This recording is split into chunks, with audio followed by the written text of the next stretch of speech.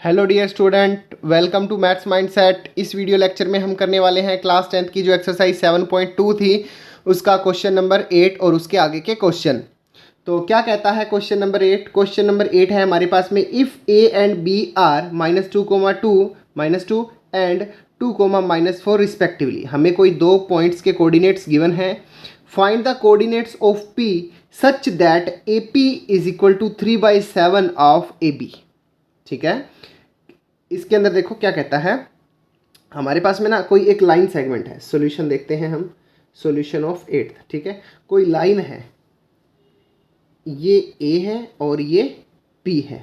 Point हमें ए दिया हुआ है -2, एंड बी दिया हुआ है 2, -4। ठीक है, और पी के कोऑर्डिनेट हमें फाइंड करने हैं। ठीक है, और ए पी जो है वो 3/7 ऑफ ए बी है।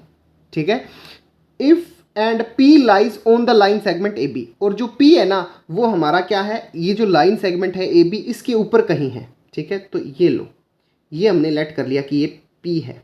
ठीक है, अब यहाँ पर जो प्रॉपर्टी दी हुई है ना वो देखते हैं। क्या बोलता है कि जो ए पी है ना, ए पी जो है वो 3/7 ऑफ ए बी है।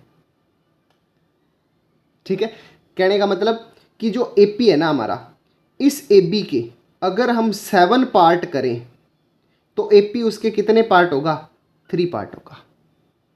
ठीक है, अगर ऐसे नहीं समझ पा रहे हो तो देखो क्या है, इस ए बी को ये जो इधर मल्टीप्लाई में मैं इसको इधर ले आता हूँ, तो ए पी अपॉन में ए बी का रेशियो क्या दिया हुआ है?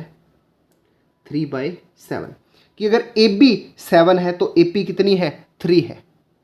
आई बात समझ में? ठीक है, तो यहां से देखो, तो A P ratio A B कितना है?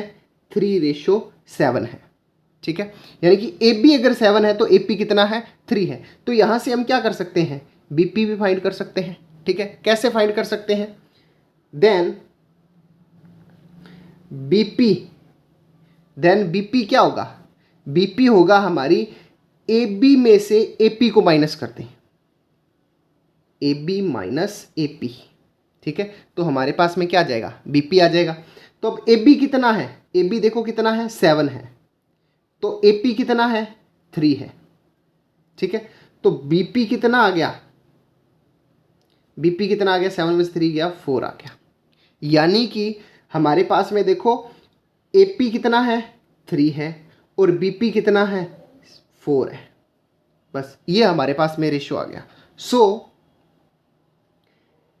ए पी रेशो बी पी कितना आ गया?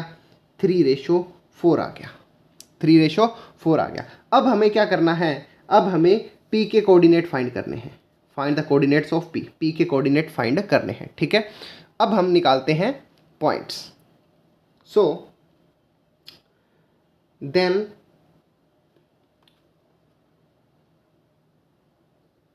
P x y. तो पी एक्स वाई क्या होगा हमारे पास में? हमने सेक्शन फॉर्मूला पढ़ा हुआ है। क्या सेक्शन फॉर्मूला है? सेक्शन फॉर्मूला होता है m1x2 plus m2x1 upon m1 plus m2 and m1y2 plus m2y1 upon m1 plus m2। ठीक है, बस अब इनको लेट कर लो। ये तो हो गया हमारा x1 y1, ये हो गया x2 y2, ये हो गया m1 और ये हो गया m2। बस सिंपली वैल्यू पुट करते जाते हैं। तो p जो हमारा xy है, p जो xy है वो कैसे आएगा? m1 कितना है? 3 है। m1 कितना है? 3 है। तो 3 इंटू x2 कितना है?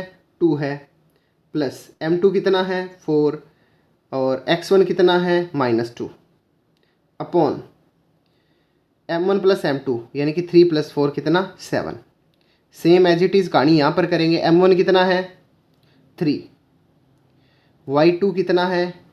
-4 प्लस m2 कितना है? 4, और y1 कितना है? -2 अपॉन m1 प्लस m2 कितना आ गया? 3 + 7 कितना आ गया? नहीं, 3 + 4 कितना आ गया? 7 आ गया।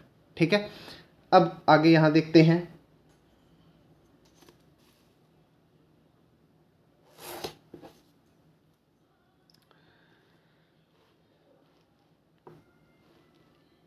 जो हमारे पास में पी एक्स वाई था ये क्या आ जाएगा, देखो यहाँ पर देखेंगे हम 3 इंटू 2 कितना हो गया 6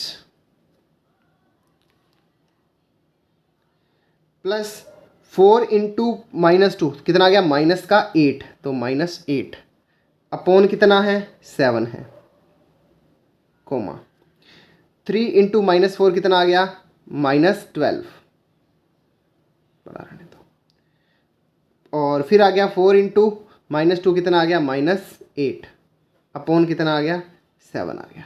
ठीक है, बस 8 में से 6 गया 2 माइनस का 2/7 एंड ये कितना हो गया माइनस का 20, 12 और 8 कितना हो गया माइनस का 20/7। दीज आर x, y, ये वाली वैल्यू x की और ये वाली वैल्यू y की। ये हमने किया कौन सा नंबर क्वेश्चन, हमारा क्वेश्चन नंबर 8।